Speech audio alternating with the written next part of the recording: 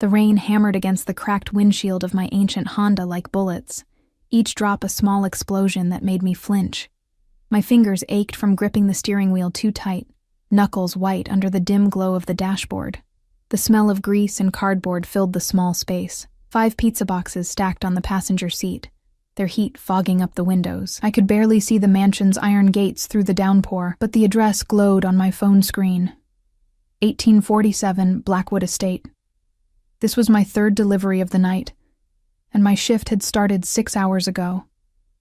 My lower back screamed with every pothole I hit, a constant reminder that I needed new shoes, a better car, a different life. But bills didn't care about dreams. Neither did my landlord, who'd taped another late notice to my door this morning, the pink paper like a slap across my already bruised dignity. I pulled up to the gate, rolling down my window just enough to press the intercom button. Cold rain spattered across my cheek, mixing with the sweat on my temple. "Delivery for Blackwood Estate," I said, my voice hoarse from exhaustion. Static crackled. Then a man's voice, clipped and suspicious. "We didn't order anything." My stomach dropped. I glanced at my phone again, double-checking the address. It was right. It had to be right. "I have 5 pizzas for this address. Large order, already paid for online." More static. A pause that stretched too long. "Wait there." The line went dead. I sat in the rain, engine idling, counting the seconds. Water leaked through the corner of my window sill, dripping onto my thigh and soaking through my cheap polyester uniform. The Bellissimo Pizza logo on my chest was already stained from tonight's earlier deliveries. Marinara sauce from a customer who'd grabbed the box too quickly. Diet Coke from a woman who'd slammed her door in my face when I asked about a tip. I was invisible to people like that. Just another working body, easily replaced, easily forgotten. The gate suddenly groaned open, metal scraping against metal. My headlights caught the shimmer of the driveway beyond, pristine black asphalt that probably cost more than my entire year's rent. I drove forward slowly, my tires whispering against the smooth surface, past manicured hedges that looked like dark soldiers in the rain. The mansion emerged from the darkness like something out of a Gothic novel. 3 stories of stone and glass, lit from within by golden light that made every window glow like a watching eye. Even in the storm, I could see the wealth radiating from every corner. The marble columns flanking the entrance, the fountain in the circular drive, the luxury cars parked under a covered area to my left, a black SUV with tinted windows, a silver Mercedes that gleamed even in the rain, a midnight blue Bentley that probably cost more than my entire bloodline would earn in 3 generations. I parked near the entrance, grabbing the pizza boxes and my phone. The rain soaked through my uniform within seconds as I ran toward the massive front door, boxes held over my head like a flimsy shield, my sneakers, falling apart at the seams, soles worn so thin I could feel every pebble, slipped on the wet steps. Before I could knock, the door swung open. A man in a black suit stood there, tall and broad with a face carved from granite. His hand rested at his hip in a way that made my pulse quicken. Not casually, but deliberately, like he was ready to reach for something.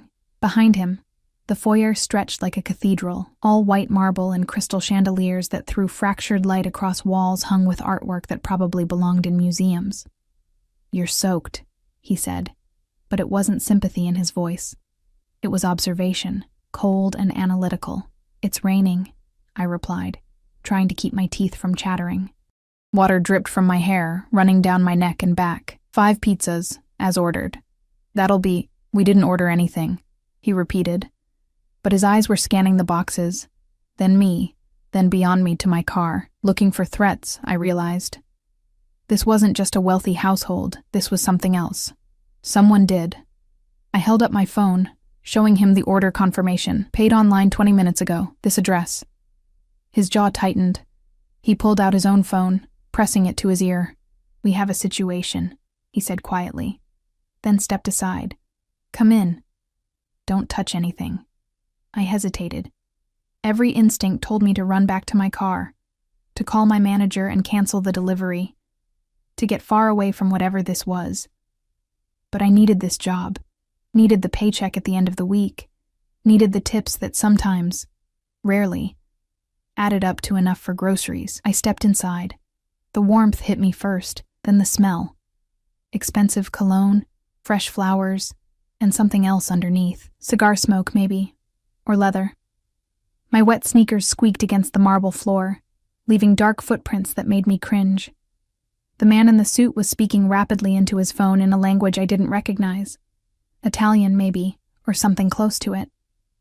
Another man appeared from a hallway to the right. This one younger, but with the same dangerous stillness. His eyes fixed on the pizza boxes, then on me, assessing and dismissing me in the same breath. "Where do you want these?" I asked, my voice smaller than I intended. The foyer seemed to swallow sound, making me feel even more insignificant.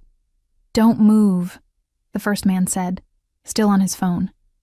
Then, to someone else in the house. "Get him down here. Now." Him.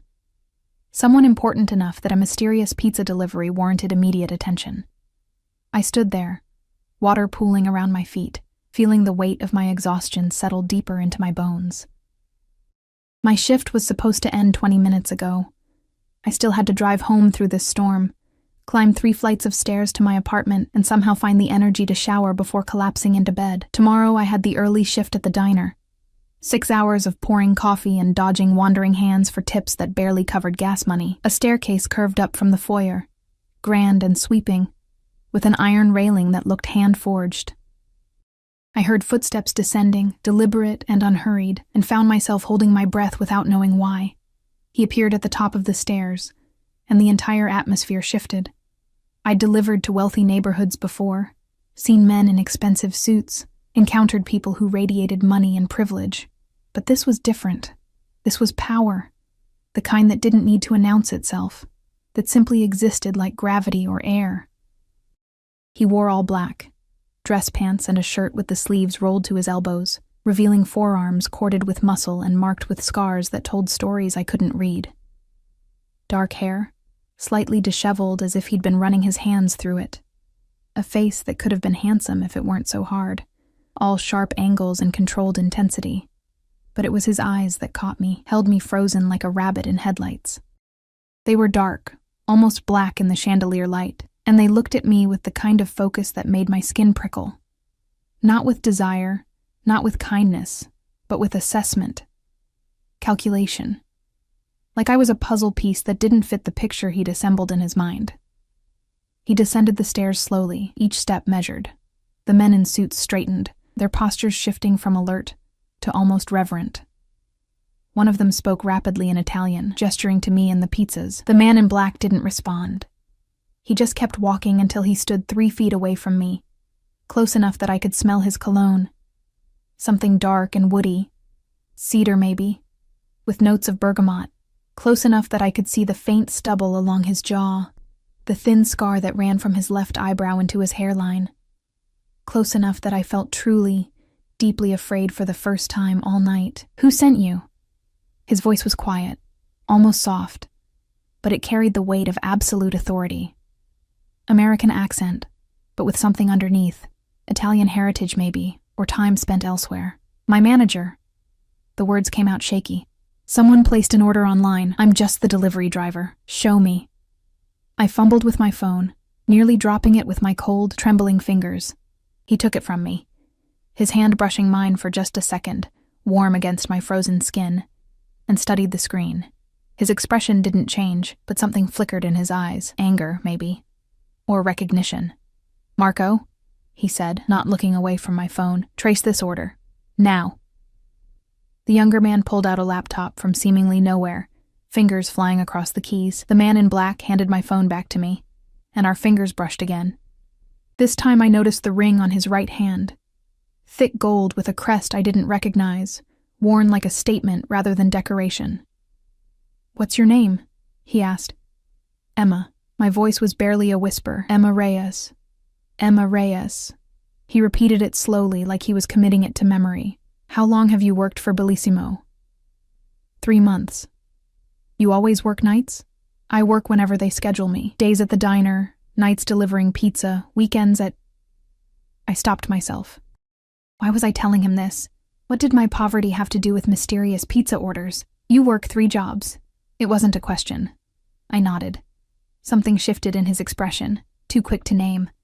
Then Marco spoke from behind his laptop. Order was placed from a burner phone, routed through 3 different VPNs, payment from a dummy account that's already been closed. The man in black went very still. That was worse, somehow, than if he'd gotten angry. The stillness was predatory, dangerous, like a snake coiling before it struck. "Someone sending a message," he said quietly. Then his eyes fixed on me again, or setting a trap. My heart hammered against my ribs. "I don't understand. I'm just delivering pizzas." "Open them." "What?" "The boxes." "Open them." My hands shook as I set the boxes on a nearby table, an antique thing that probably cost more than my car, and lifted the first lid. Steam rose from a perfectly normal pepperoni pizza. I moved to the second box, mushroom and sausage. The third. I froze. It wasn't a pizza. Photographs. Dozens of them, scattered across the bottom of the box like obscene toppings. My brain struggled to process what I was seeing. People in intimate positions, faces caught in expressions of pleasure or pain, bodies intertwined. But it was the faces that made my stomach turn. The man in black stepped forward, his jaw tight enough to crack teeth. He lifted one photograph, studying it with an expression that could have melted steel. "Boss," Marco said, his voice careful. "That's... I know who it is." I looked at the photograph he held, a woman. Beautiful in that untouchable way wealthy people often were, with platinum blonde hair and a smile that looked expensive. She was wrapped around another man, not the one standing beside me, in what was clearly a hotel room. The man in black set the photograph down with controlled precision, then opened the remaining boxes. More photographs. And in the last box, a note, printed in block letters. "Your fiancée sends her regards. MV." The silence that followed felt like suffocation. "Get her out of here," he said finally, his voice like ice. But before anyone could move, the lights went out. Darkness swallowed the foyer whole. I heard movement, fast, professional, and felt a hand grip my arm, pulling me backward. Then glass shattered somewhere above us, and someone screamed. Gunshots exploded through the darkness, muzzle flashes painting the walls in strobes of yellow-white light. I hit the floor, pizza boxes scattering, my scream lost in the chaos. My elbow cracked against marble, pain shooting up my arm, more glass breaking, shouts in Italian, the acrid smell of gunpowder mixing with the rain-fresh air pouring through broken windows. A hand found me in the darkness, large, warm, impossibly strong. It pulled me up and against a solid body, sheltering me as another round of gunfire erupted. I could feel his heartbeat against my cheek, steady despite the chaos. Could smell that cedar cologne mixed now with adrenaline sweat. "Stay down," he commanded, his mouth close to my ear. "Don't move. Don't make a sound." Then he was gone, and I was alone in the darkness, pressed against a wall, listening to the sounds of violence I'd only seen in movies, metal striking flesh, bodies hitting the floor, someone crying out in pain. The emergency lights flickered on, bathing everything in red. I saw him then. The man in black, standing in the center of the foyer with a gun in his hand, perfectly calm as bodies lay scattered around him. His men were securing the perimeter, checking windows, speaking rapidly into earpieces. He turned and found me with his eyes, and something in his expression made my breath catch. Not anger, not fear. Realization. "You," he said, walking toward me. "You saved my life." I didn't understand. I'd done nothing but stand there and scream. "The pizzas," he continued, stopping in front of me. "If you hadn't come, if you hadn't shown me those photographs." He looked toward the shattered windows, where his men were pulling unconscious bodies inside. "They would have succeeded." "Who?" My voice cracked. "The people my fiancé hired to kill me." He holstered his gun with practiced ease. "The people who thought I'd be distracted by her betrayal long enough to leave myself vulnerable." My mind reeled. Fiancé. Betrayal. Hired killers. This wasn't real. This couldn't be real. "I need to go," I whispered. "I need to." "You're not going anywhere." His tone was gentle, but absolute. "They've seen you. They know you delivered the warning. Which means, as of 5 minutes ago, Emma Reyes, you became the most dangerous person in this city. What? No, I just deliver pizzas. I don't... You're a witness. Worse, you're a loose end. He gestured to Marco, who appeared at his side. Take her to the safe room. Full security detail. No one gets in or out without my authorization. Wait. I tried to step back, but Marco's hand was already on my arm. Firm but not painful. The man in black stepped closer, so close I could see the flecks of gold in his dark eyes. I'm sorry you got caught in this, Emma. But I'm not sorry you're alive. His hand reached up, brushing a strand of wet hair from my face with surprising gentleness. And I'm going to make sure you stay that way, whether you like it or not. Then I was being guided away, through hallways that twisted and turned, down stairs that descended into the mansion's depths. Behind me, I heard him giving orders in rapid Italian, his voice hard with fury and dark promise. The last thing I heard before a steel door closed between us was him speaking into his phone. Find Veronica, and find Marcus. I don't care where they're hiding. I want them both alive. The lock engaged with a sound like a prison cell closing, and I realized that in trying to deliver 5 pizzas, I just delivered myself into the hands of a man who made kings look powerless. A man whose name I still didn't know. A man who'd just decided I belonged to him. The safe room was nothing like I'd imagined a panic room would be. I'd expected concrete walls and flickering fluorescent lights. Maybe a cot and some canned food. Instead, I found myself in what looked like a luxury hotel suite carved into the earth. Cream-colored walls, soft recessed lighting that didn't hurt my eyes, a king-sized bed with silk sheets in deep burgundy. There was a sitting area with leather furniture, a kitchenette stocked with enough food to last weeks, and a bathroom visible through an open door that was larger than my entire apartment. But luxury couldn't hide what it really was. A cage. I stood in the center of the room, still dripping rainwater onto the plush carpet, my mind struggling to process the last 20 minutes. Gunshots, photographs, bodies on the floor. His hand pulling me against him in the darkness, his heartbeat steady against my ear like a countdown to something inevitable. You're a witness, a loose end.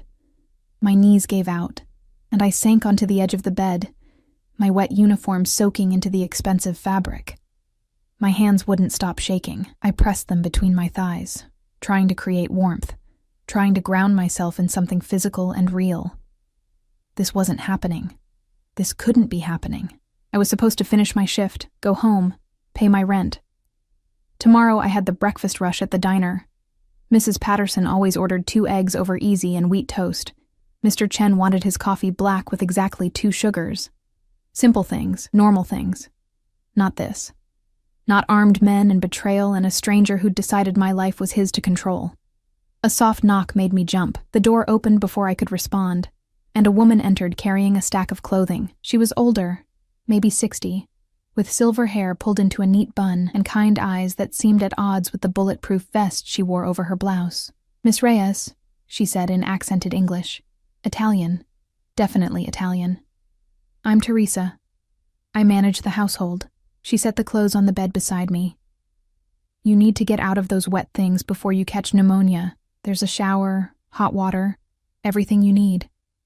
I stared at the clothes without touching them. I need to leave. I have to call my manager. Tell him what happened. Your manager has been informed you had a family emergency. Teresa's voice was gentle but firm. Your phone is being held for security purposes, but you're not in trouble, child. You're being protected. Protected? The word came out bitter. I'm locked in a basement. You're alive. She met my eyes steadily. 20 minutes ago, you walked into the middle of an assassination attempt on one of the most powerful men on the East Coast. The people who orchestrated that attack will do anything to tie up loose ends. This room has 6 inches of steel-reinforced concrete on all sides, biometric locks, and its own air filtration system. It's not a prison.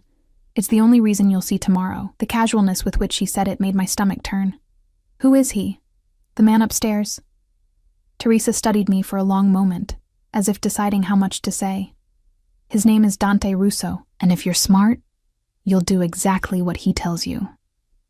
She left before I could ask anything else, the door sealing behind her with that same prison sound finality. Dante Russo.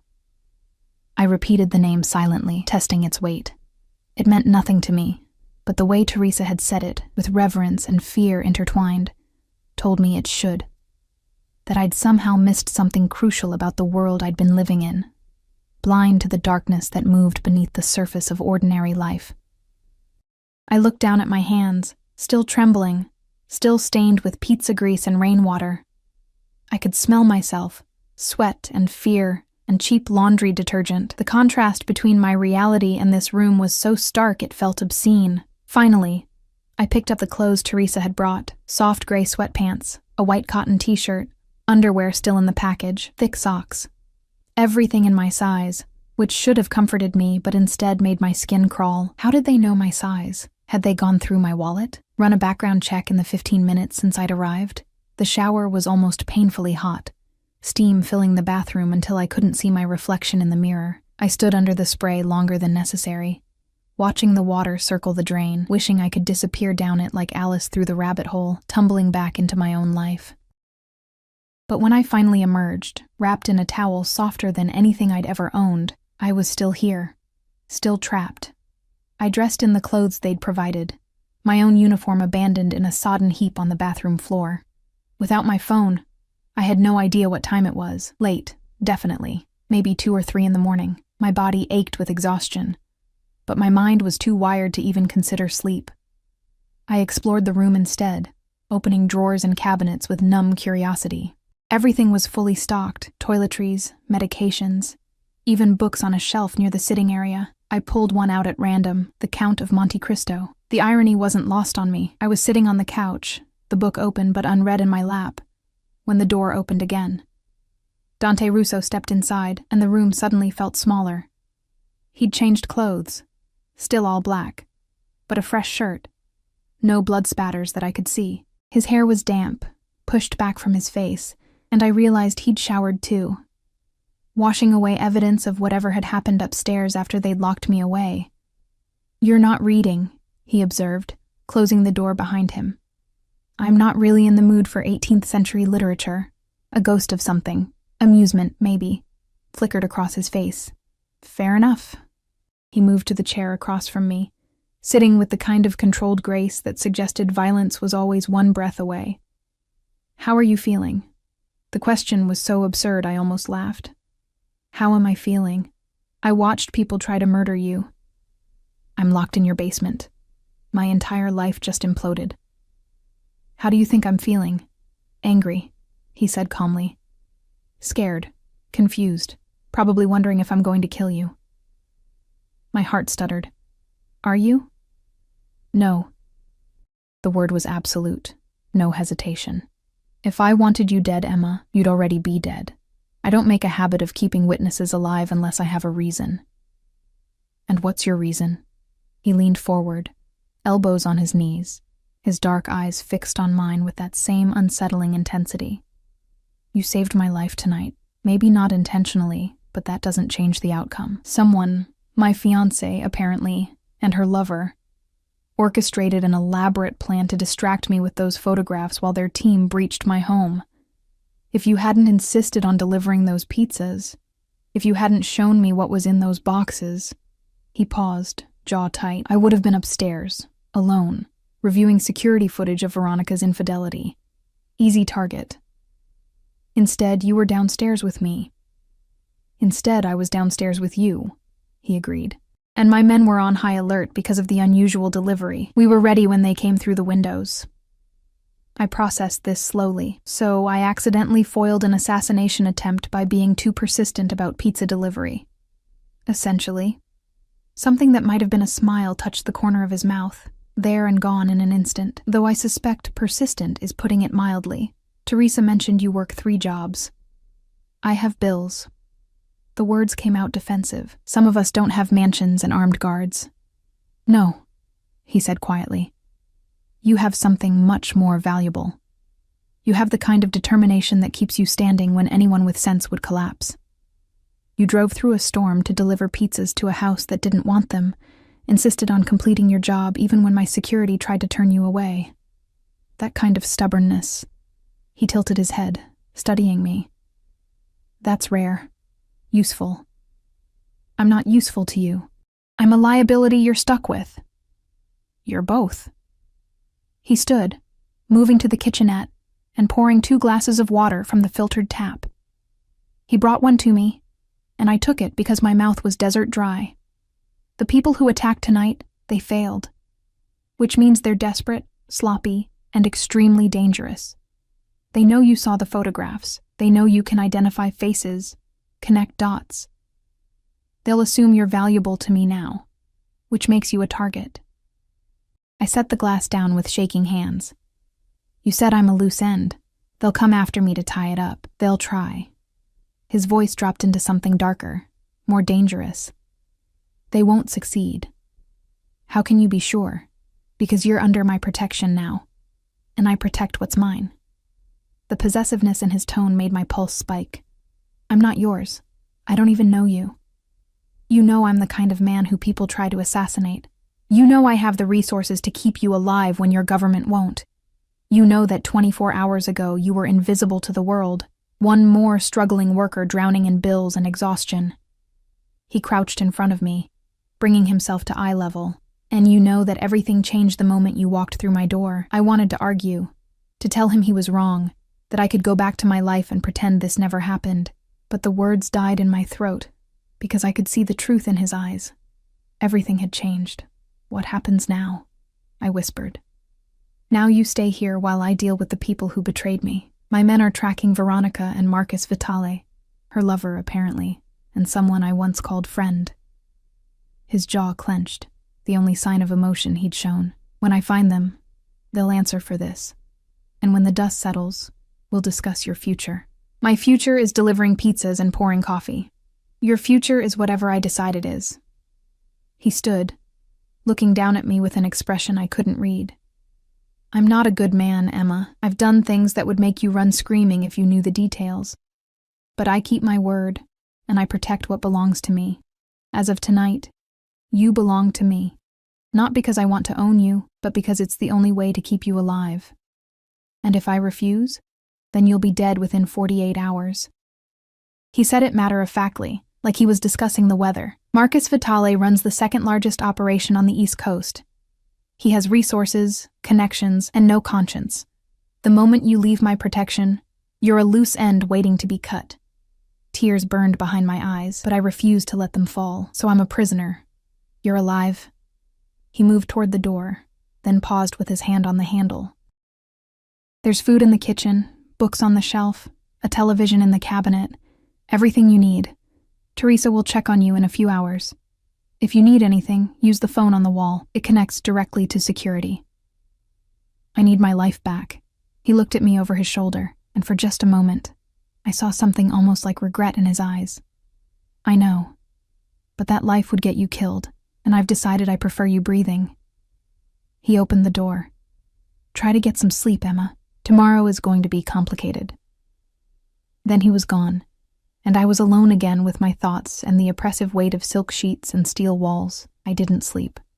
I lay in that enormous bed, staring at the ceiling, listening to the silence that wasn't really silent. There were sounds if you listened carefully. The hum of air filtration, the distant echo of footsteps above, the almost imperceptible whir of security cameras tracking every corner of the room. I thought about my apartment, probably locked by now. Landlord counting the days until he could legally remove my things. I thought about my manager at Bellissimo, wondering why I'd abandoned my shift. The diner, where my morning regulars would sit at empty tables, waiting for coffee that wouldn't come. I thought about the photographs in those pizza boxes. The woman, Veronica, with her expensive beauty and treacherous smile. The way Dante had looked at those images, his expression carved from ice, but his eyes burning with something primal. Betrayal.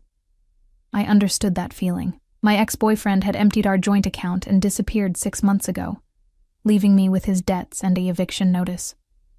I'd learned then that people could look you in the eye, tell you they loved you, and still destroy you without a second thought. But this was different.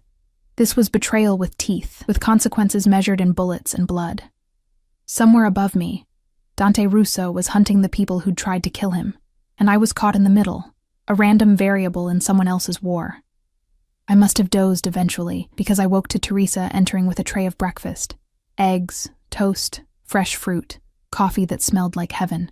She set it on the bedside table with a gentle smile that seemed wrong in this place. "How did you sleep?" she asked. I didn't. I sat up, my body aching from tension. "What time is it?" "Just after 8. Mr. Russo wanted me to inform you that the situation is being handled. You're safe." "What does being handled mean?" She didn't answer, just patted my hand with maternal concern that felt grotesque given the circumstances. "Eat something, child. You'll need your strength." After she left, I picked at the food without appetite, drinking the coffee because I needed something to do with my hands. The eggs were perfect, fluffy, seasoned just right. The toast was some artisanal bread that probably cost more per slice than I made per hour. Everything was perfect, polished, expensive. Everything was wrong. I was finishing the coffee when the door opened again.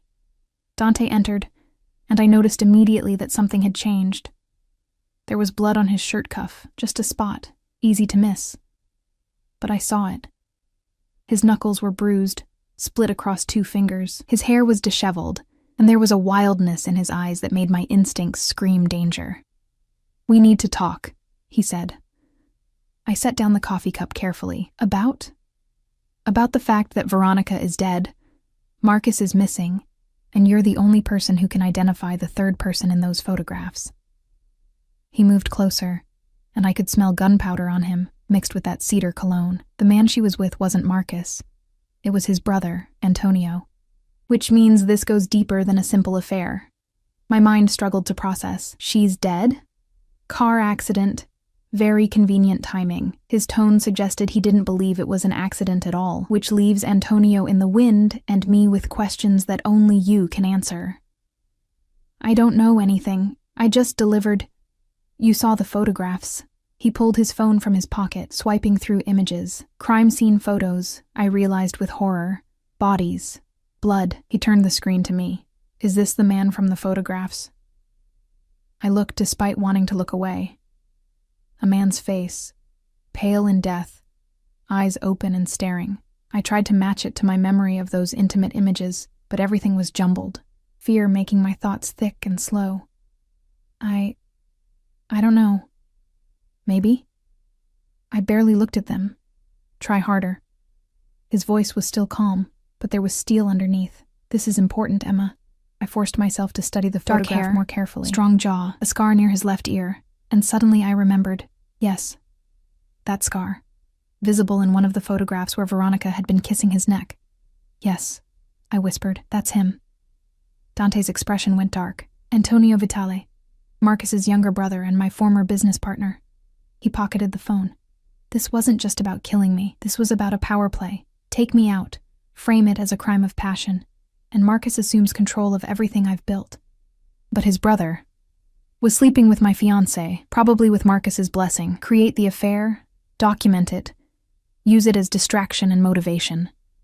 He laughed, but there was no humor in it. "It was actually brilliant. If you hadn't delivered those pizzas when you did, I'd be dead, and they'd be dividing my empire." I wrapped my arms around myself. "So what now?" "Now I find Marcus and make him answer for this, and you?" He studied me with that intense focus again. "You stay with me. Close. Where I can see you. Protect you." "Here? In this room?" "No." He shook his head. "I'm moving you upstairs, to my wing. My bedroom is the most secure location in the house aside from this room, and I need you where I can reach you quickly if necessary." My heart hammered against my ribs. "Your bedroom. You'll have your own space within the suite." "But yes, my bedroom." He must have seen the panic in my eyes because he added, "I'm not going to touch you, Emma. I'm not that kind of man. But I am going to keep you alive, which means keeping you close. I don't have a choice, do I?" "No," he said simply. "You don't. Welcome to my world, Emma Reyes. Try not to die in it." Dante's suite occupied the entire 3rd floor of the mansion, accessible only by a private elevator that required both a keycard and fingerprint scan.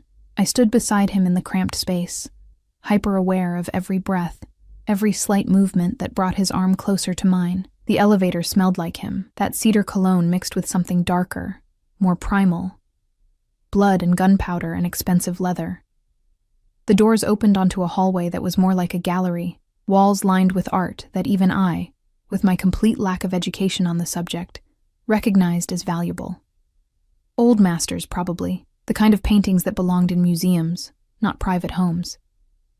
Everything was done in dark tones, charcoal grays and deep blues, with strategic lighting that created more shadows than illumination.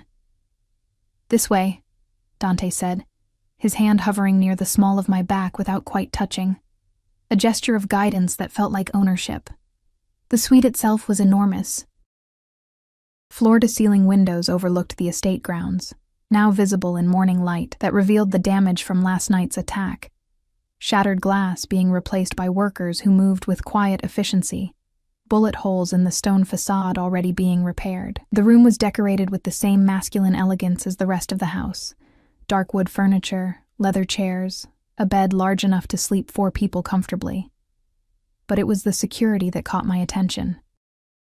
Cameras in every corner, a panel of monitors built into one wall showing different angles of the estate, a weapons cabinet partially visible through an open closet door. This wasn't just a bedroom, it was a command center disguised as luxury. "Through here," Dante continued, leading me to a door I'd assumed was a closet. It opened onto another room, smaller but still larger than my entire apartment had been. A sitting area with a couch and television, a desk with a laptop, a daybed by the window. "This is your space. Private bathroom through that door, everything you need." I stepped inside, feeling the weight of the cage even though the bars were invisible. The windows, I noticed, were reinforced, thick glass that probably wouldn't shatter even under gunfire. The door had 3 separate locks, all controllable from inside and out, protected or imprisoned. The line seemed impossibly thin.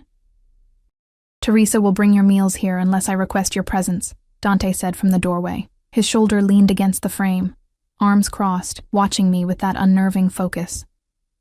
"You have access to the internet through that laptop, but all activity is monitored, for your protection," he added, as if that made it better. "Don't try to contact anyone from your previous life. It puts them at risk." "How long?" My voice came out rough. "How long do I have to stay here? Until Marcus Vitale is dead or behind bars? Whichever comes first." He pushed off the doorframe. "I have business to attend to. Marco will be stationed outside if you need anything. Don't leave this suite without my permission." Dante. His name felt strange on my tongue. Too intimate for what we were. Captor and captive. "Last night you said I saved your life. But it was an accident." I didn't know what I was delivering. "Does that matter?" He tilted his head. "The result is the same. You're the reason I'm still breathing, Emma. That creates a debt, and I always pay my debts. I don't want anything from you except my freedom." Something flickered in his expression, almost like pain, there and gone so quickly I might have imagined it. "Then you want the one thing I can't give you." "Not yet." He moved toward his own room, then paused. "For what it's worth, I am sorry. You don't deserve to be caught in this." "But I am caught."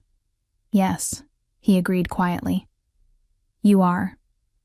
The door closed between us, but I could hear him moving around on the other side.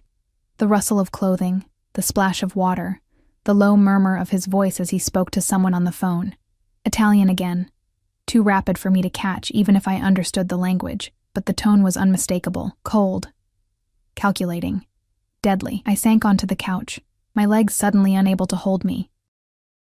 Through the window I could see the estate stretching out in manicured perfection, gardens that probably required a team of groundskeepers, a pool covered for winter, buildings in the distance that might have been guest houses or staff quarters.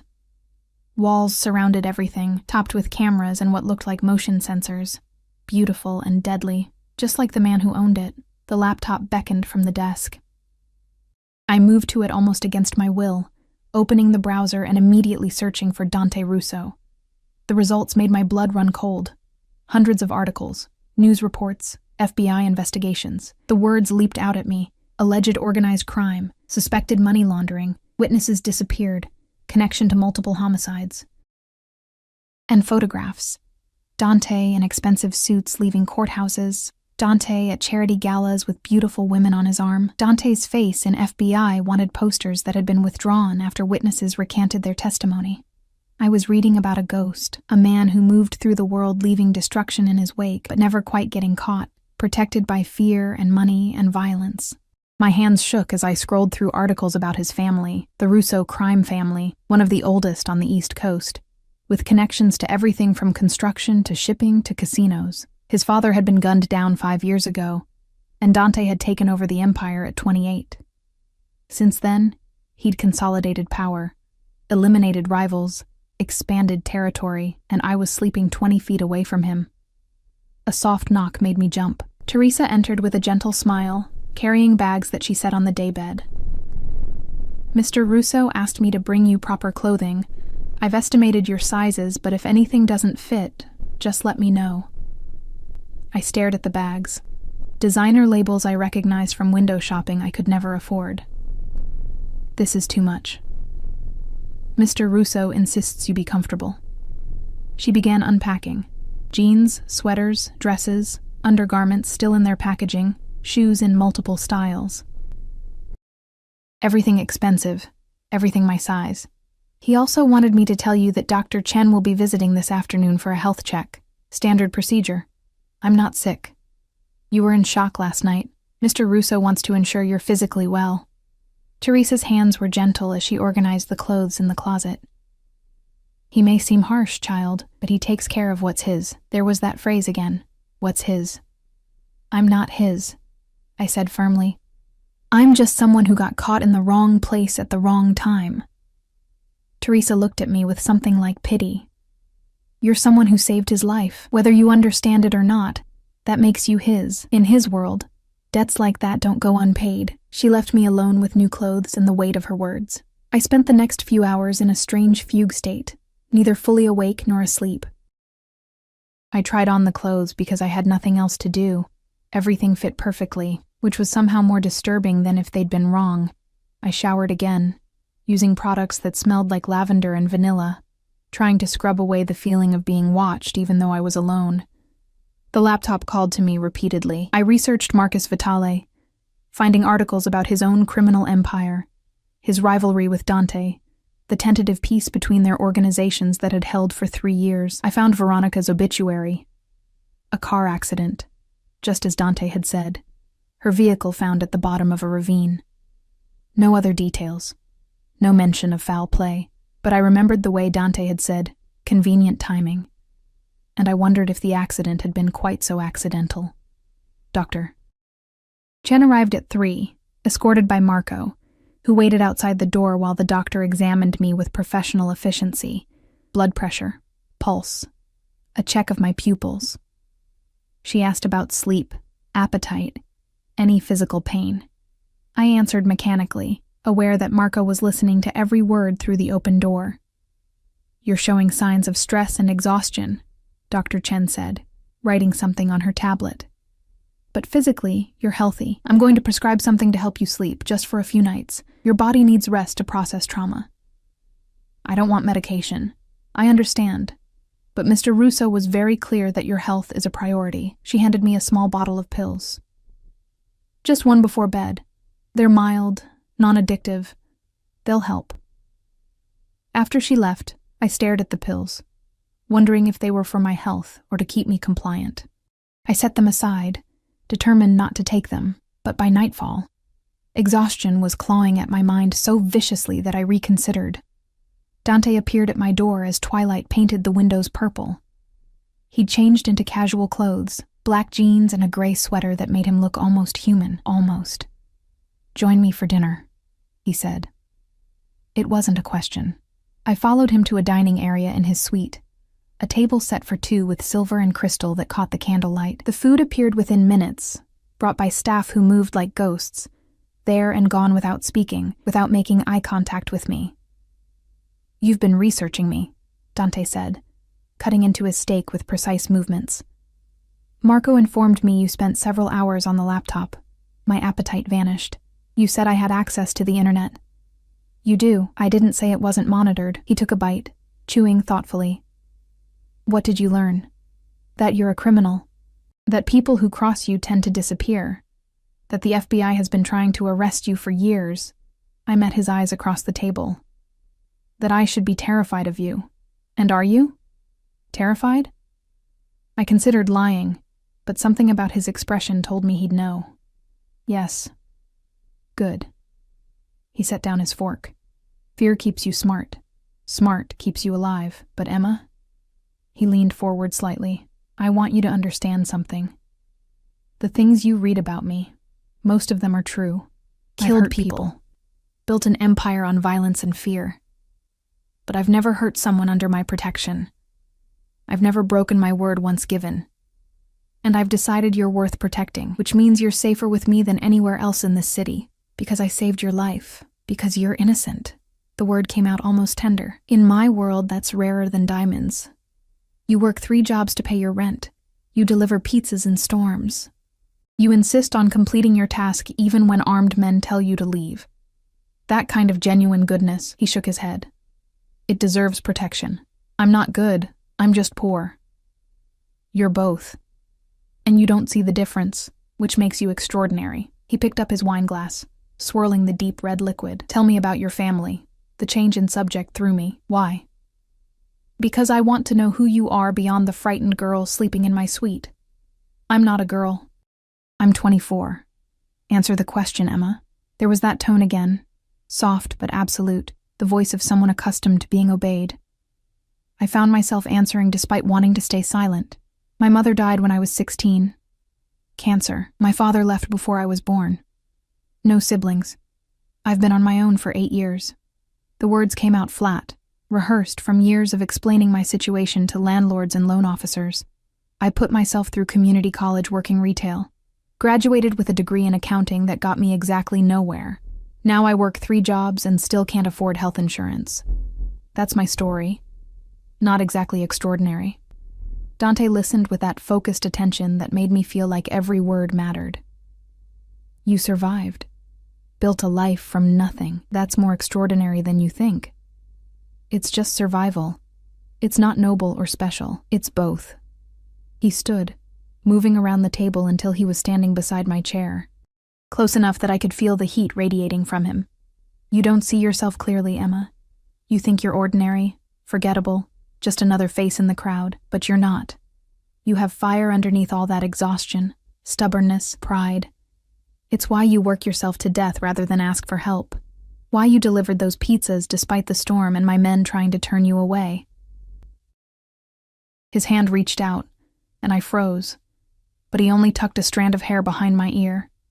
The same gesture from last night, gentle and possessive. I'm going to teach you to see yourself the way I see you, he said quietly, and then you'll understand why I can't let you go. My breath caught. Dante. Finish your dinner. Doctor's orders. You need to eat. He stepped back, releasing me from whatever spell his proximity had woven. Tomorrow, we'll discuss what comes next. But tonight, you rest. Take the pills Dr. Chen left. Sleep without nightmares if you can. He walked away before I could respond, disappearing into his bedroom and closing the door with quiet finality. I sat alone at the table, the food growing cold on my plate, my heart racing from the implications of his words. I'm going to teach you to see yourself the way I see you. What did he see when he looked at me? A debt to be repaid? A responsibility to be managed?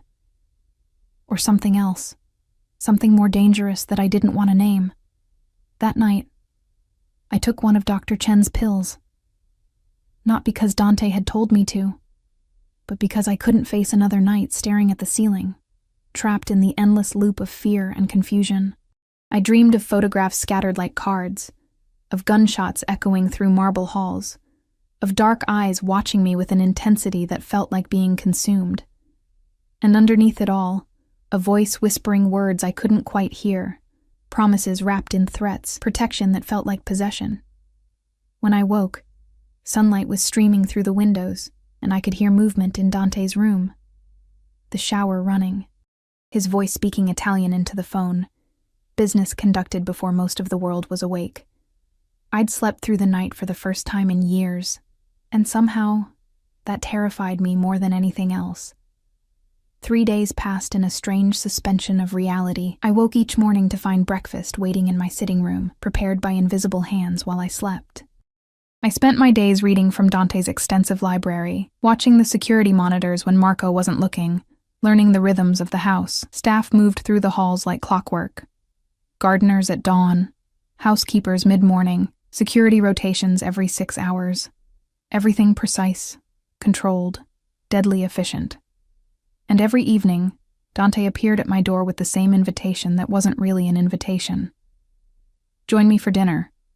We ate together in his suite, the conversation gradually shifting from stilted silence to something almost comfortable. He asked about my life before, the jobs I'd worked, the dreams I'd abandoned when my mother got sick, the small moments of joy I'd carved out of exhaustion. I found myself talking more than I intended, words spilling out like I'd been holding them in for years. Maybe I had been.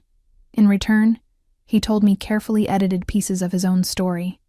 His father's death, the weight of an empire thrust on him too young, the constant calculation required to stay alive in a world where trust was currency and betrayal was commonplace. He never mentioned the violence explicitly, but it was there in the pauses, in the way his jaw would tighten when certain names came up, in the scars I'd noticed on his hands and forearms. He was teaching me his language without speaking it aloud. The language of power and danger, of decisions made in darkness, of lines crossed that could never be uncrossed. On the 4th morning, everything changed. I was drinking coffee in my sitting room when Dante burst through the door without knocking. His face was hard, eyes burning with something between rage and satisfaction. "We found him," he said. "Marcus. He's holed up in a warehouse in Red Hook with what's left of his organization. I'm going to end this today." My stomach dropped. "You're going to kill him.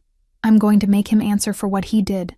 For Veronica, for Antonio, for trying to take what's mine." He moved closer, and I could see the violence barely contained beneath his surface. "And you're coming with me." "What? No, I'm not." "You're the only person who can identify Antonio Vitale with certainty. I need you there to confirm it's him before we proceed." His hand reached out, gripping my arm. Not painfully, but firmly enough that I understood this wasn't negotiable. "Marco and 4 others will surround you at all times. You'll be protected. But I need you there, Emma. I can't watch you kill someone. You won't have to watch." His voice softened slightly. "You'll confirm the identity and leave. That's all. But I need to know for certain before I act. Too many people have betrayed me already. I won't make a move based on assumptions." I wanted to refuse, wanted to lock myself in this room and pretend the world outside didn't exist. But looking into his eyes, I saw something I hadn't expected. He was asking, not commanding. Giving me a choice even though we both knew I didn't really have one. "Okay," I whispered. "I'll go." The relief that crossed his face was so brief I almost missed it. "Thank you." He released my arm, stepping back. "We leave in 20 minutes. Wear the dark clothes Teresa brought. Jeans, boots, the black jacket. Nothing that stands out." He left me alone to change, my hands shaking so badly I could barely button my jeans. This was real. This was happening. In less than an hour, I'd be standing in a warehouse watching Dante Russo confront the man who'd tried to kill him, the man he was going to murder. When I emerged, Marco was waiting with 4 other men, all dressed in tactical gear that made them look like a private military unit. Dante stood by the elevator in all black, a gun holster visible under his jacket. He looked at me once, his gaze traveling from my face down to my boots and back up, assessing. "Stay close to Marco. Do exactly what he says. If shooting starts, you hit the ground immediately. Understood?" I nodded, not trusting my voice.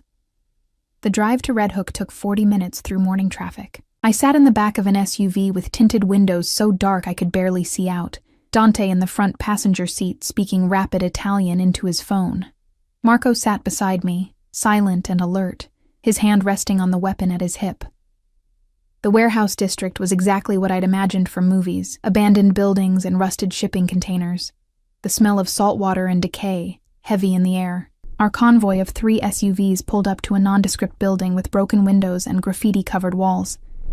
But I could see the signs of occupation if I looked closely. Fresh tire tracks in the dirt. The glint of cameras hidden in the rubble.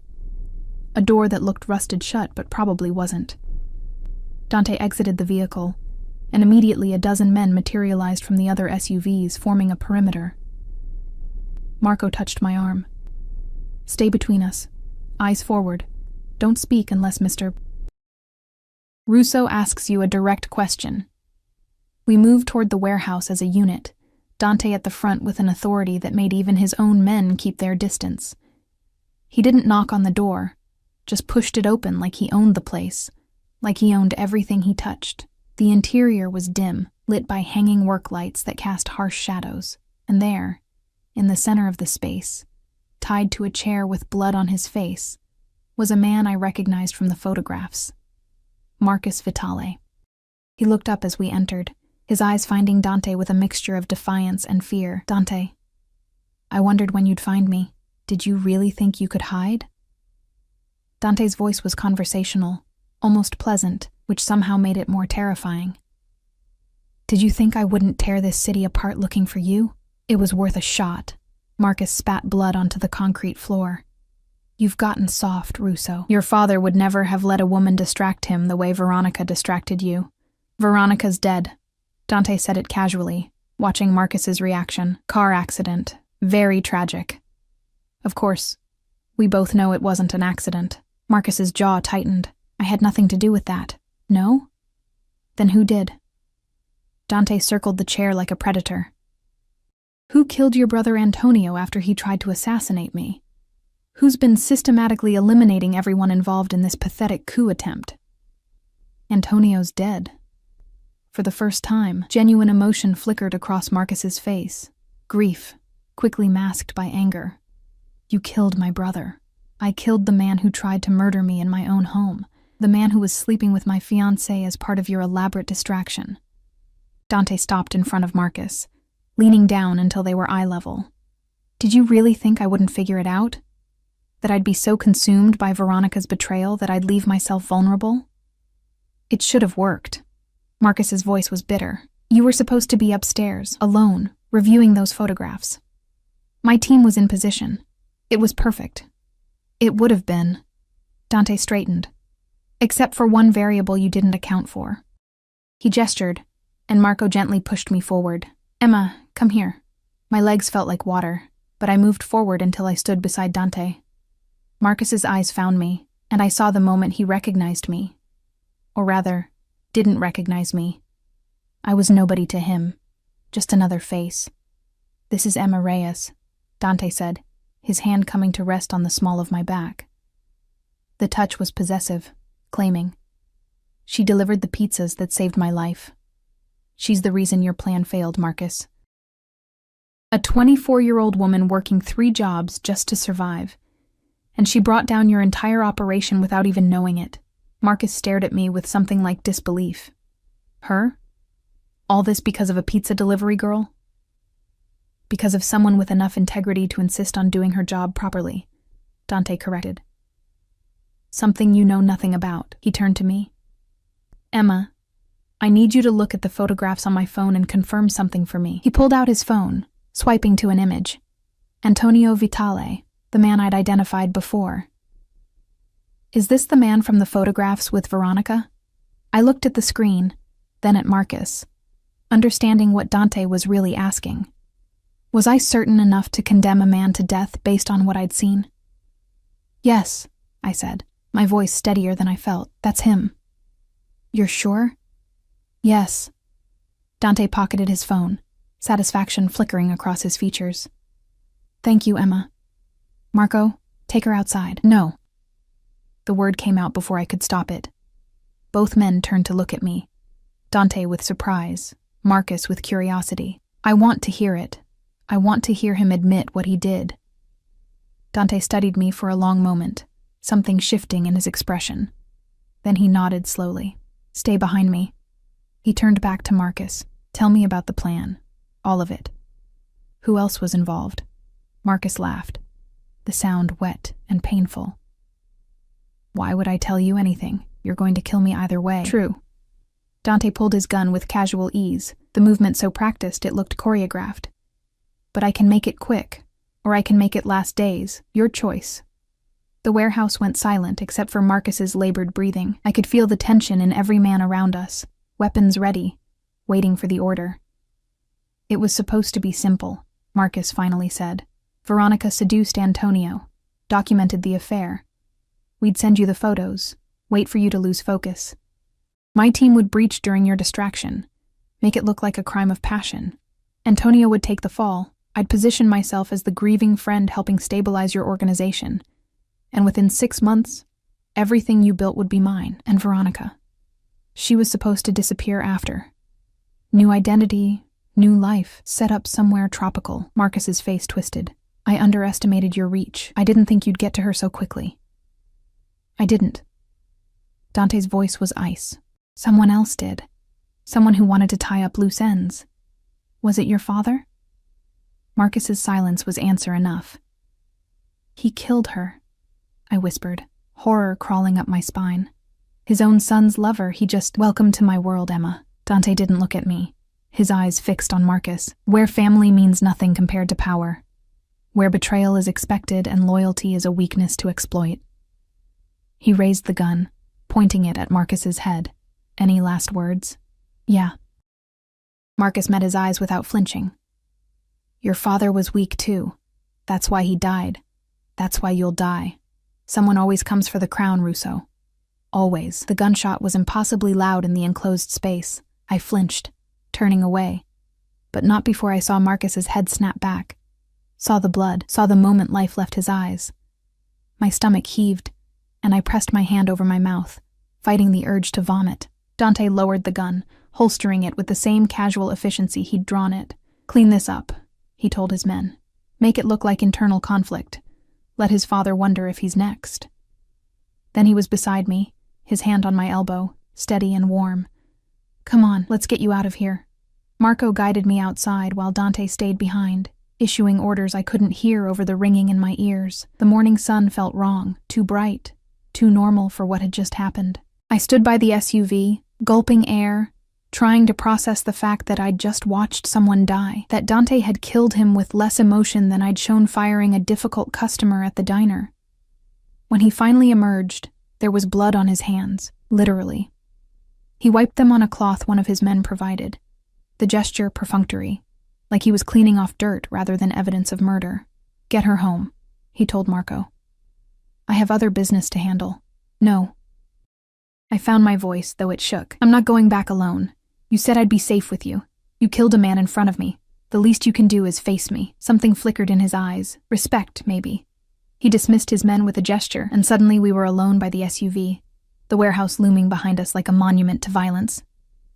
You wanted to hear his confession, Dante said. Why? Because I needed to know I wasn't complicit in murder without cause. I needed to know he actually did what you said he did. And now that you know, I looked at him. Really looked at him.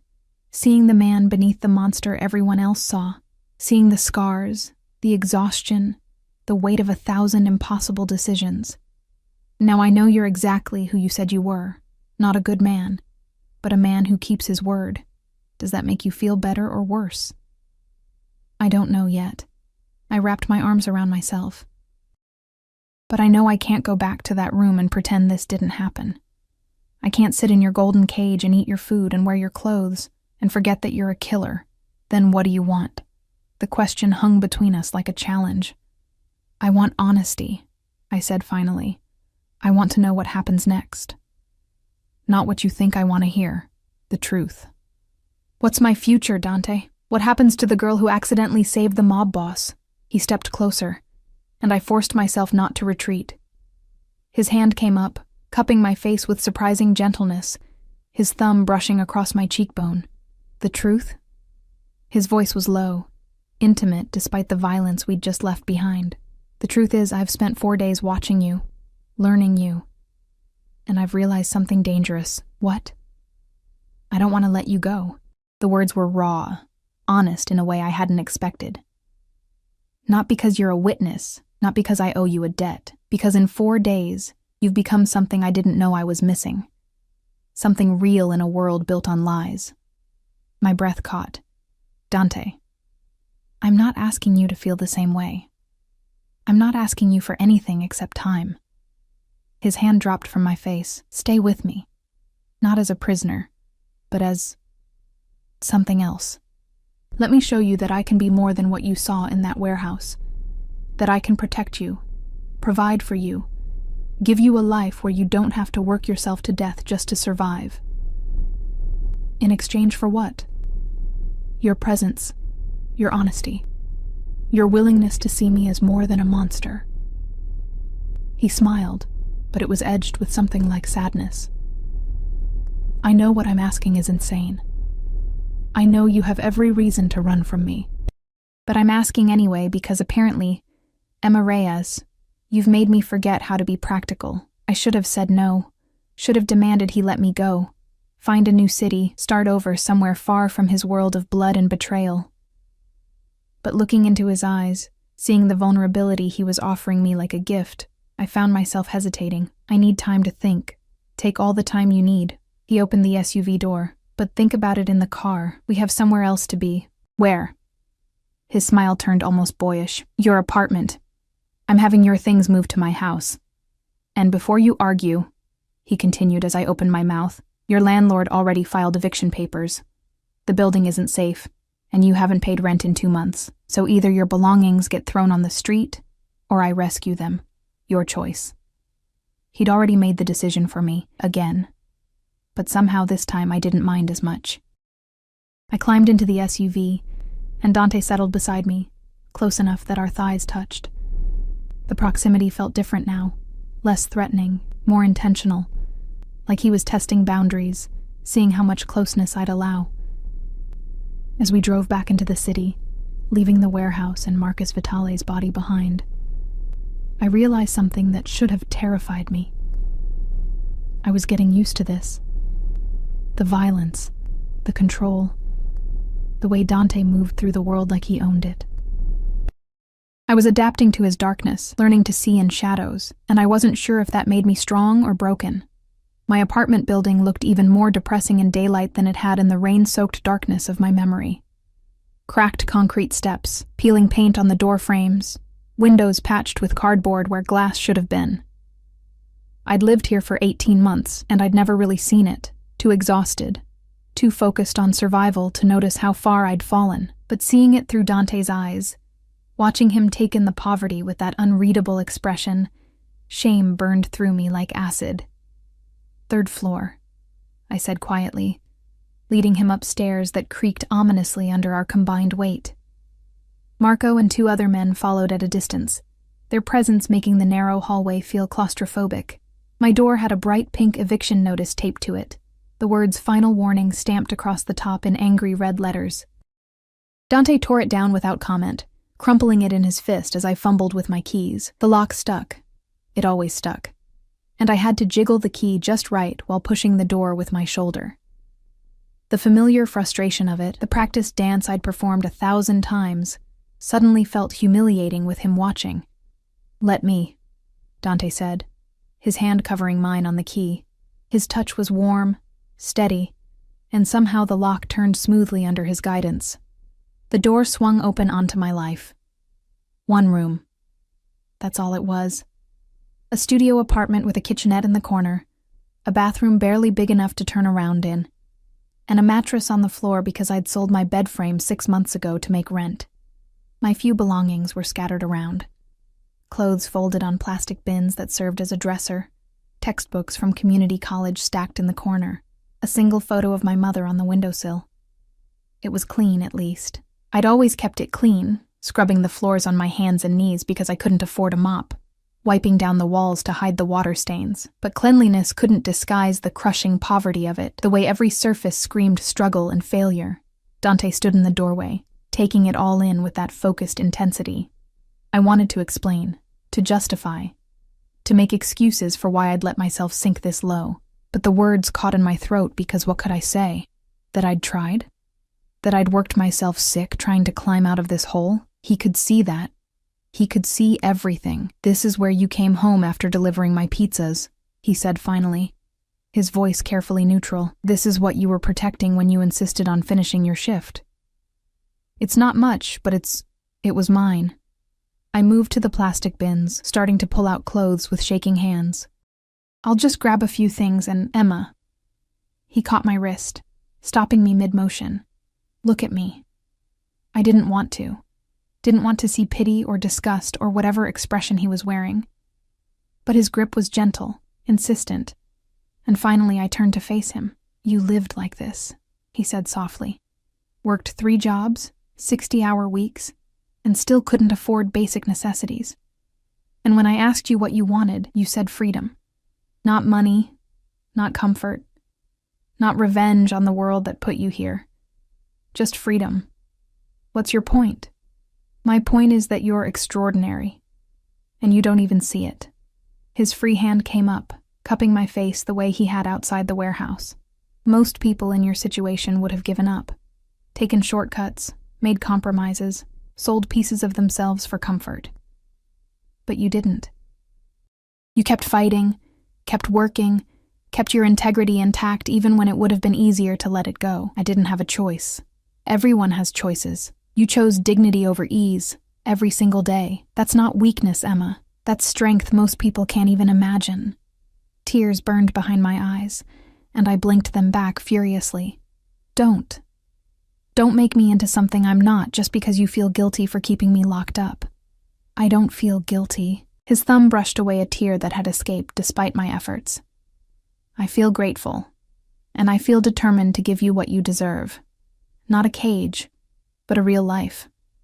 One where you don't have to choose between food and rent, where your potential isn't wasted on survival.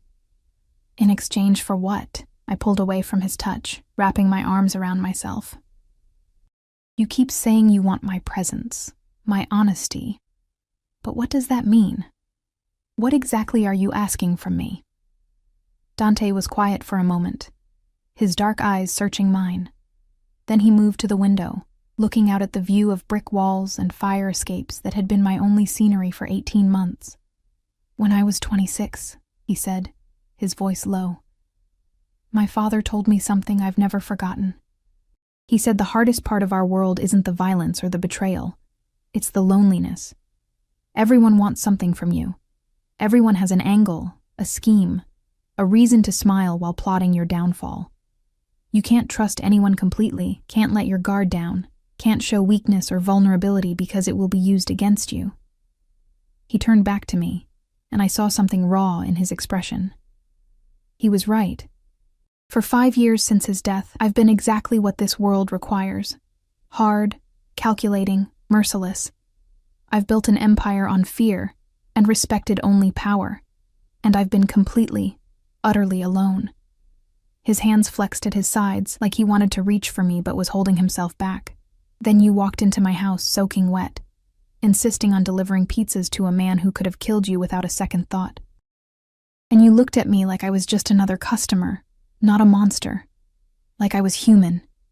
You are human, am I? The question was sincere, almost pleading. After what you saw today, after Marcus, after everything you've learned about me, do you still think that? I should have lied. Should have told him what he wanted to hear. Played the game, protected myself. But he'd asked for honesty, and something in me couldn't deny him that. I think you're someone who was forced into an impossible position and made choices most people couldn't make. I think you've done terrible things for reasons that probably seemed necessary at the time. I moved closer to him, drawn by something I didn't want to name. And I think underneath all that carefully constructed armor, you're just as lonely and tired as I am. His breath caught, barely perceptible, but I saw it. Saw the crack in his facade, the vulnerability he usually kept buried so deep no one could find it. What I'm asking from you, he said carefully, is a chance. Not forever, not even for certain. Just a chance to show you that I can be more than what everyone expects. That with you, I can remember what it's like to be human instead of just a weapon in expensive clothes. And if I say yes, if I agree to stay, not as a prisoner, but as whatever this is, I gestured between us, at the tension that had been building for days, the connection neither of us wanted to acknowledge. What happens when you get bored? When the novelty of my honesty wears off and you realize I'm just a poor girl with nothing to offer? Then I'll be the biggest fool who ever lived. He closed the distance between us in 2 steps, his hands framing my face with a gentleness that contradicted everything I knew about him. Emma, I've had everything money can buy. Beautiful women, luxury, power that makes kings look weak, and none of it, not one single moment of it, has made me feel as alive as 4 days of eating dinner with you, of watching you read my books and argue with me about philosophy, of seeing you look at me with fear and fascination, and something that might eventually become trust. I'm terrified of you. I know. His forehead rested against mine, our breath mingling in the small space between us. I'm terrified of you too, of what you make me want, what you make me feel. I've spent 5 years building walls, and you walk through them without even trying. Dante. His name was a whisper, a question, a surrender all at once. Say yes, he murmured against my skin. Stay with me. Let me give you a life worth living. Let me be more than the monster in your nightmares. I should have said no, should have demanded he let me go, find a new city, start over somewhere his darkness couldn't reach me. But looking into his eyes, seeing the desperate hope he was trying to hide, I realized something that changed everything. I didn't want to run. Against all logic, all self-preservation, all common sense, I wanted to stay. Wanted to see if the man beneath the monster was real. Wanted to know if I could be the person who reminded him he was human. Okay, I whispered. I'll stay. But on one condition. Anything.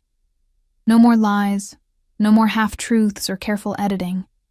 If I'm going to be part of your world, I need to know what that world really is, all of it. Not just the pieces you think I can handle. Something like relief crossed his face, so profound it almost hurt to witness. Deal. No more lies. His hand slid from my face to my shoulders, grounding and possessive. Now let's get your things and get out of here. This place depresses me. Marco and his men packed up my life with efficient speed. Clothes, books, the photo of my mother, my few dishes and personal items all boxed and carried down to the SUVs waiting below. It took less than 20 minutes to erase 18 months of my existence from this building. Dante stood beside me as we watched them work, his hand resting on the small of my back in that gesture that had become familiar. Claiming me without words, announcing to anyone watching that I was under his protection now. What about my jobs?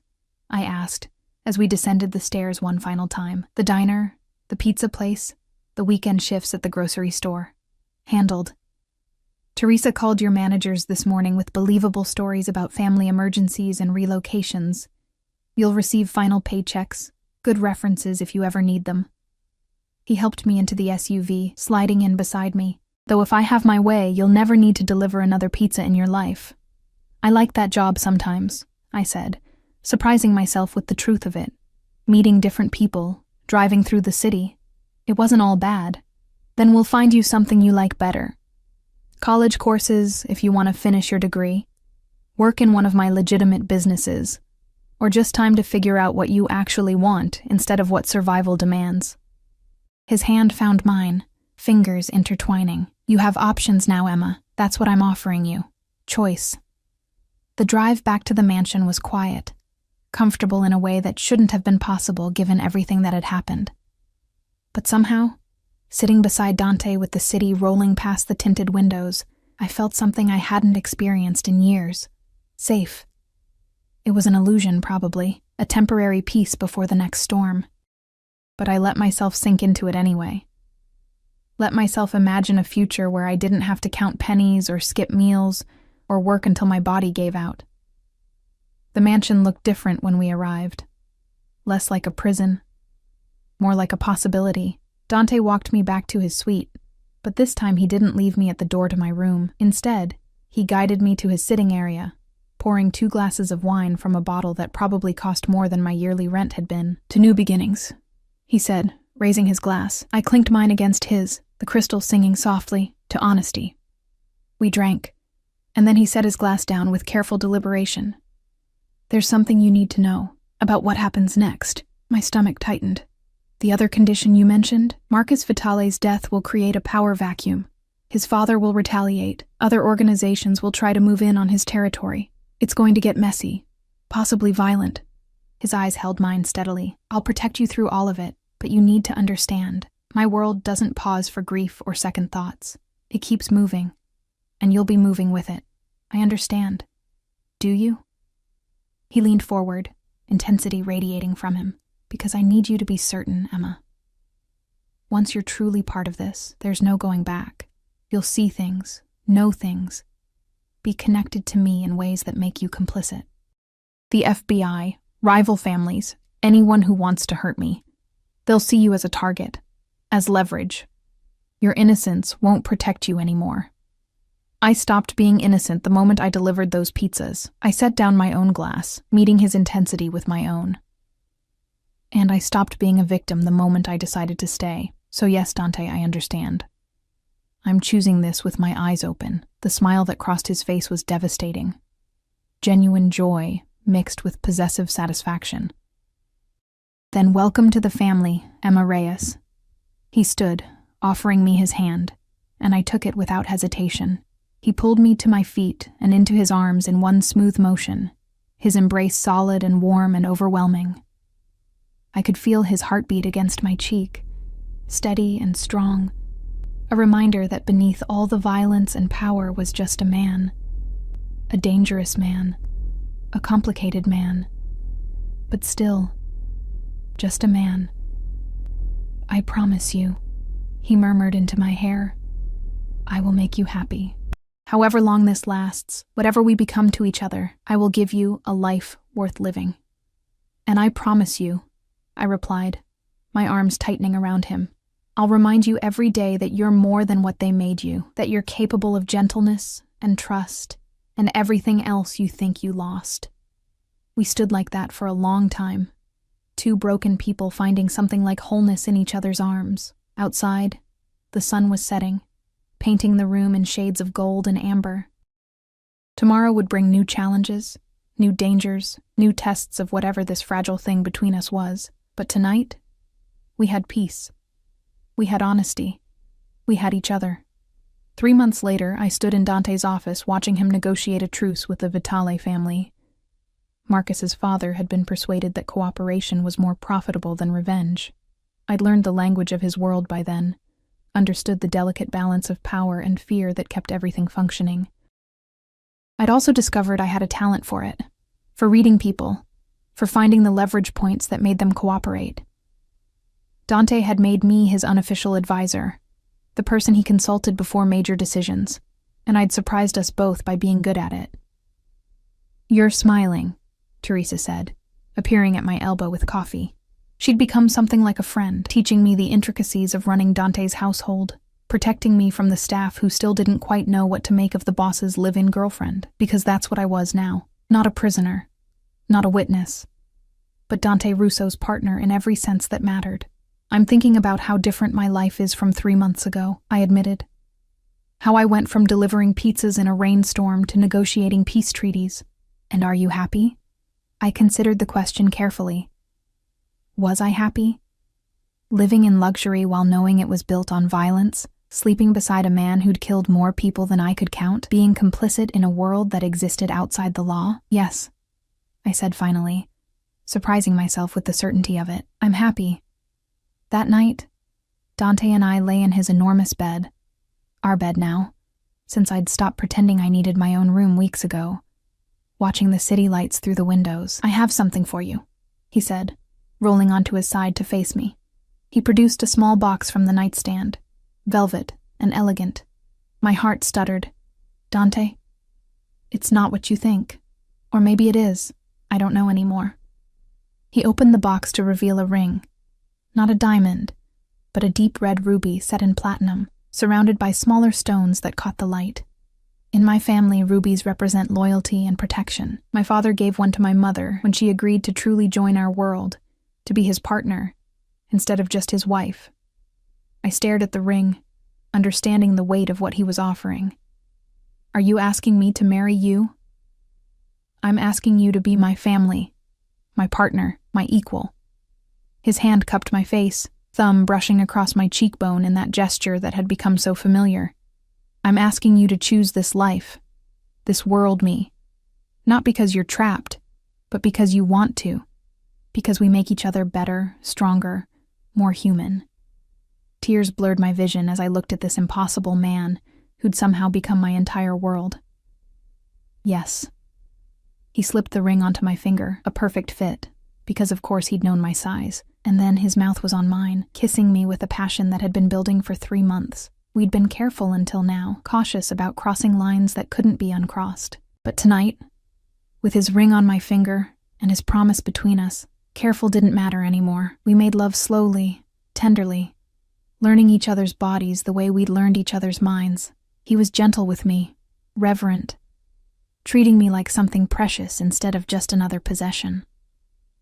And I gave myself to him completely, holding nothing back, trusting him with parts of myself I'd protected for years. Afterward, we lay tangled together, sweat-slicked and breathless, and I realized that the girl who'd delivered pizzas in the rain was gone. In her place was someone stronger, more complex, more alive. Someone who'd learned that monsters could love, that cages could become homes, and that sometimes the most dangerous thing you could do was let yourself be saved. "I love you," Dante whispered against my hair.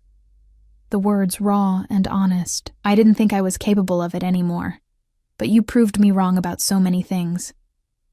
"I love you too," I replied, meaning it with every fiber of my being. "My beautiful, terrible, impossible man." He laughed, the sound warm and genuine, and pulled me closer. Outside, the city continued its endless rhythm, sirens and traffic and lives being lived in countless small ways. But inside this room, in this moment, there was only us. 2 broken people who'd found something whole in each other, a delivery girl and a mob boss, bound by chance and choice and something that felt dangerously close to fate. And as I drifted off to sleep in his arms, the ruby ring heavy on my finger, I knew that I'd choose this life. Choose him. Every single time. 'Cause some cages were worth entering. Some monsters were worth loving, and some accidents changed everything.